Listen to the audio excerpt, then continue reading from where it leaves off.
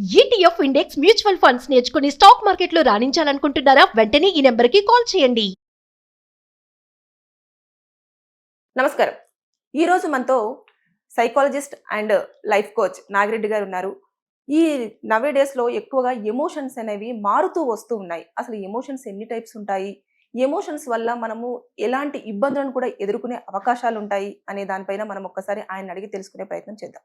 నమస్కారం సార్. నమస్తే అమ్మా. సార్, ఈ మధ్య కాలంలో ఏ ఏజ్ గ్రూప్నైనా తీసుకున్నా, అంటే చిన్న పిల్లోడి దగ్గర నుంచి వెళ్ళి ముసలి వాళ్ళ వరకు కూడా ప్రతి ఒక్కరు ఎమోషన్ని బ్యాలెన్స్ చేయలేకుండా చూస్తూ ఉన్నాం. ఎందుకని ఎమోషన్ కంట్రోల్ని అదుపు తప్పుతుందంటారు? ఎమోషన్స్ అంటే తెలుగులో మనం భావోద్వేగాలు అంటాం. Exactly. భావోద్వేగాలు అంటే మనిషిలో జరిగే కొన్ని, అంటే సంతోషంగా ఉన్నప్పుడు హ్యాపీనెస్ అంటాం కదా, అలాగే సాడ్నెస్, వీటన్నిటిని కూడా ఎమోషన్స్ అంటారు. భయము ఇవన్నీ కూడా ఎమోషన్స్లోకి వస్తాయి. కాకపోతే ఇప్పుడు ఆ ఎమోషన్ కాస్త వెర్రితలలు వేయడం జరుగుతుంది. ఎమోషన్ ఉండడం తప్పులేదు.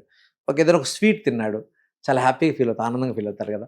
అలాగే పాత స్నేహితుని కలిశాడు, చక్కగా చాలా హ్యాపీగా ఫీల్ అవుతాడు. పెళ్ళికి వెళ్ళాం, మన ఫ్రెండ్స్ అందరికి చుట్టాలని కలిసాం, ఇవన్నీ కూడా ఎమోషన్స్లోకి వస్తాయి. ఇవన్నీ పాజిటివ్ ఎమోషన్స్. ఇప్పుడు మనం మాట్లాడాల్సిన నెగిటివ్ ఎమోషన్స్ గురించి మాట్లాడాలి. సో పాజిటివ్ ఉంటే ఏమవుతుందంటే హెల్దీగా ఉంటాం.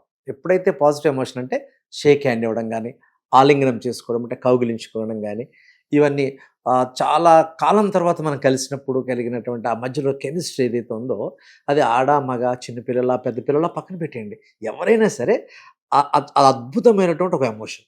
అంటే ఇవన్నీ కూడా మనం పాజిటివ్ సైన్ చెప్తాం. ఇక్కడ మనం మాట్లాడాల్సింది ఏంటంటే, ఇప్పుడు మనం ఈ వేదికగా మాట్లాడాల్సింది ఏంటంటే నెగిటివ్ ఎమోషన్స్ బాగా జరుగుతున్నాయి. అంటే తట్టుకోలేకపోతున్నాడు.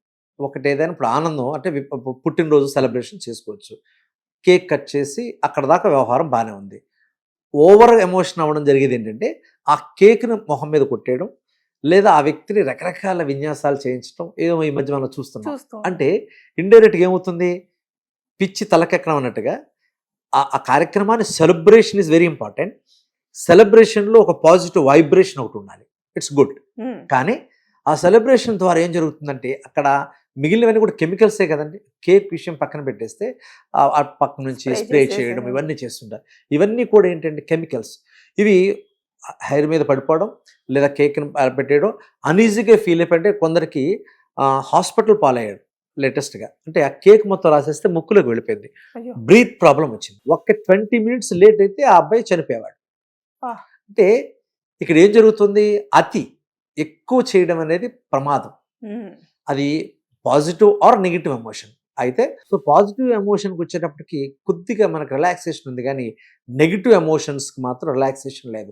దానివల్ల ఎవరో ఒకరు హట్ అవుతారు.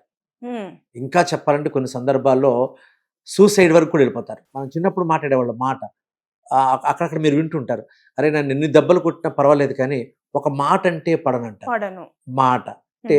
సో ప్రేమగా మాట్లాడడం, కోపంగా మాట్లాడడం, ఆవేశంతో మాట్లాడడం, అన్నెసరీగా మాట్లాడడం అంటే ఏమైంది, ఈ మాట ఒక తోటాలా పనిచేసింది. ఇప్పుడు ఒకప్పుడు మాట గురించి ఎమోషన్ ఎలా క్రియేట్ అయిందంటే, ఈ మన స్వాతంత్ర సమరయోధులంతా ఉన్నారు కదా, స్వతంత్రం నా జన్మ హక్కు, ఇట్స్ ఒక మాట, ఒక స్లోగన్. ఇది ఎంత ఎమోషన్ అయిందంటే జనాల్లో, ఒక్కసారి ఎస్ నేను నా దేశం గురించి తప్పనిసరిగా ఎంతో కొంత వర్క్ చేయాలి, ఎందుకంటే మన August 15th వచ్చింది కనుక ఒకసారి వాళ్ళని గుర్తించుకునే ప్రయత్నం కూడా చేద్దాం అంటే ఇట్స్ అ పాజిటివ్. అలాగే ఇంకొక పాజిటివ్ వైబ్రేషన్ ఏంటంటే, గాంధీ గారు విదేశీ వస్తు బహిష్కరణ. భారతదేశంలో ఉన్నవాడు ఎవడూ కూడా విదేశీ బట్టలు వేసుకోవడానికి వీల్లేదు, వాటిని మనం పక్కన పెట్టేద్దామంటే ఒక్క మాట, ఒక్క ఎమోషన్ దేశం మొత్తాన్ని మార్చింది. అంటే ఈ రోజు అంత పవర్ఫుల్ సోషల్ మీడియా లేదు, అయినా సరే అంటే ఎమోషన్కి అని ఈ ఎమోషన్ ఇంటెన్షన్ అంటామండి. ఎమోషన్ ఎప్పుడు ఇంటెన్షన్ నుంచి బయటకు వస్తుంది కనుక ఒక పాజిటివ్ అనేది అద్భుతమైన వైబ్రేషన్ క్రియేట్ చేస్తుంది. నెగిటివ్ వల్ల మాత్రమే ఎక్కువ నష్టాలు జరుగుతాయి. అంటే వ్యక్తిగతంగా నాకు అంటే ఎవరైతే ఎమోషన్ రిలీజ్ చేశాడో వాడికి జరుగుతుంది. ఆ ఎమోషన్ తనకి ఇంపాక్ట్ కమ్యూనికేట్ ఎదురు ఉంటుంది కదా, ఆ వాడికి కూడా ఇబ్బంది పడతాడు. ఎంత ఇబ్బంది పడతారంటే స్నేహాలు చెడిపోవచ్చు. ఏమండి, అదేవిధంగా వాళ్ళకి ఏదైతే ఒక అలవాటు ఉందో దాన్ని కంటిన్యూ చేసేస్తుంటాడు. కోపం వచ్చింది, ఇప్పుడు అందరూ కూడా ఏమంటారు, స్ట్రెస్ ఫీల్ అవుతున్నాను. స్ట్రెస్ కూడా ఏంటి, ఇండైరెక్ట్లీ ఒక తెలియని ఒక ఎమోషనే కదా. అంటే వాడు మానసిక ఒత్తిడికి గురయ్యాడు.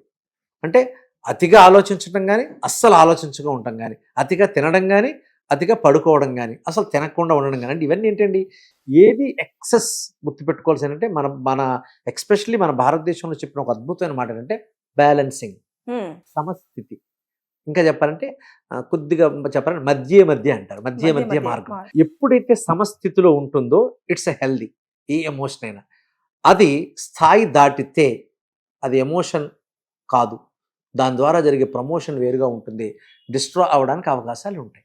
అందుకని నెగిటివ్ ఎమోషన్స్ని మనం కంట్రోల్ చేసుకునే దాని మీద మనం చాలా ఎపిసోడ్ చేయొచ్చండి. ఎన్ని రకాల ఎమోషన్స్ ఉంటాయంటే, పాజిటివ్ అయితే హెల్దీగా ఉంటాడండి, నో డౌట్, రిలేషన్ బిల్డ్ అంటే అవుతుంది. మనకు తెలిసినవి రెండే కదా సార్, మీరు ఇప్పుడు చెప్తున్నట్టుగా ఆ. వీడియో స్టార్టింగ్ నుంచి ఇప్పటి వరకు చెప్తున్నట్టుగా పాజిటివ్ నెగిటివ్ ఈ Yes. రెండు ఎమోషన్స్ మాత్రమే ఎక్కువ జనాలకు తెలుస్తుంది. ఎస్ అంటే మీరు అంటున్నారు కదా చాలా రకాల ఎమోషన్స్ ఉంటాయి, ఎస్ అంటే ఎలాంటి టైప్ అంటే మన దైనందిక జీవితంలో ఉదయం లేచిన దగ్గర నుంచి రాత్రి పడుకునేంత వరకు కలుస్తున్న వ్యక్తుల ద్వారా, మాట్లాడడం ద్వారా, వాళ్ళు మనతో కమ్యూనికేట్ చేస్తున్న అంశాన్ని బట్టి మన ఎమోషన్స్ జరుగుతూ ఉంటాయి. ఇప్పుడు మనకి ఇంపార్టెంట్, అర్జెంట్ అనే పదాలు వాడతాం. సో ఈ రోజు ఇది ముఖ్యంగా చేయాలి, చేసేద్దాం. ఈ పని వాయిదా వేస్తాం, ఏమైంది? అర్జెంట్కి వెళ్ళింది. అర్జెంట్ వెళ్ళినప్పుడు నేను రెగ్యులర్గా ప్రయాణం చేసే వ్యక్తిని, మాట్లాడే వ్యక్తిని, నా ప్రయాణం ఏమైంది? హర్రీ అయింది. హర్రీతో పాటు వర్రీ స్టార్ట్ అయింది. ఎప్పుడైతే హర్రీ వర్రీ మిక్స్ అయిందో తెలియకుండా ఎంటైర్ మన బాడీ ఒక స్థితిలోకి వెళ్ళిపోతుంది. అంటే స్ట్రెస్ గురవుతావు. స్ట్రెస్ ఎప్పుడైతే గురయ్యో నువ్వు చేస్తున్న పని సక్రమంగా చేయలేవు. అంటే ఏమైంది? ఒక చిన్న పనిని సరైన సమయానికి నువ్వు చేయలేకపోవడం వల్ల నువ్వు కొని తెచ్చుకున్నటువంటి ఒక ఎమోషన్ ఏదైతే ఉందో, నువ్వు కంగారుగా చేసే నేపథ్యంలో పనిలో మీరు టైం పెట్టుకుని బయటికి వెళుతున్నప్పుడు, ఏదైనా పని మీద బయటకు వెళుతున్నారు, అన్ని లాక్ చేసుకొని టైం ప్రకారం బయటకు వెళతాం. టైం ఒక 5 నిమిషాల టైం ఉంది, నువ్వు అర్జెంటుగా బయటకు వెళ్ళిపోవాలి. వెళ్ళే నేపథ్యం ఏమవుతుంది? మీరు తీసుకొచ్చే సామాన్లు మర్చిపోవచ్చు, తాళం వేయడం, అదే తాళం వేసి తిని గొళ్ళెం మరిచి తినేలాగా ఏదో ఒకటి మర్చిపోయే అవకాశం ఉంది. అంటే మర్చిపోతాం మళ్ళీ. అంటే ఈ ఎమోషన్ కి వెనకున్నటువంటి లాజిక్ ఏమిటంటే, నీ పనులు అంటే నువ్వు స్థిమిత స్థితిలో లేకపోవడం, అంటే నీ బ్రెయిన్ సరిగా వర్క్ చేయలేకపోవడం, నువ్వు స్ట్రెస్ గురవడం ఏంటంటే నువ్వు నెగ్లిజెన్సీ, పోస్ట్ పోన్మెంట్ మెంటాలిటీ కలిగి ఉండడం. ఇవన్నీ కలిసి నేను తీసుకెళ్ళాయంటే ఓ పెద్ద భయంకరమైనటువంటి స్ట్రెస్ పర్సన్గా తయారైపోయావు. అంటే ప్రతి దానికి ఒక రీజన్ ఉంటుంది. రీజన్ లేకుండా ఏం జరగదు. కోపం వచ్చిందండి, కోపం వరకునే రాదు, కోపం రావడానికి కారణం ఉంటుంది. ఇందులో మంచి కోపము, చెడ్డ కోపం రెండు ఉంటుంది. అంటే అమ్మ నాన్న ఉన్నారండి, అమ్మ ప్రతిసారి పని చేస్తున్నప్పుడు, అదే వాడు పిల్లవాడు అల్లరి చేస్తుంటే, నాన్న వచ్చినట్టు నేను చెప్తాను అని అరుస్తాను గట్టిగా. అంటే వీడు దీన్ని అమ్మ చెప్పిన మాటనేమో తక్కువగా తీసుకుంటాడు, చెప్పిందిలే అని. కానీ నాన్న వస్తున్నాడు అనేటప్పటికీ డెఫినెట్గా కాస్త భయపడతాడు. అంటే ఈ హార్మోన్స్ అన్ని ఏం జరుగుతుందంటే జరగబోయేదాన్ని ముందుగా ఊహించుకుంటాడు, వెంటనే స్థిమిత పడిపోతాడు, పద్ధతిగా తయారైపోతాడు. అంటే ఏమైంది? అమ్మ నటించింది కోపళ్ళ, అంటే ఇది మంచిది కదా, ఇది మంచి పదం, తప్పేం కదా. నాన్న వస్తున్నాడు చెప్తాను, తాట తీసేస్తాను, హోంవర్క్ చేయవా, నువ్వు తినవా అనేటప్పటికి వాడు టకటక్గా వర్క్లో ఉంటాడు, లేదా తింటాడు, వినమ్రుడుగా ఉంటాడు. రాగానే డాడీ రాగానే టక్ పని నాన్నగారు వచ్చిన వెంటనే వాడు పుస్తకం చూసుకొని పని చేసుకుంటాడు. వాడు యాక్టింగ్ అయినా చేయని, దానికి రెస్పాండ్ అయ్యాడా లేదా? అయ్యాడు. అంటే ఈ ఒక ఎమోషన్ క్రియేట్ అవుతున్నప్పుడు దాని వెనక ఒక కారణం ఉంటుంది. కారణంతో జరిగేదాని ఇప్పుడు మంచి జరుగుతుందండి. కారణం లేకుండా అకారణంగా జరిగే వాటికి నష్టం వాటిల్లుతుంది.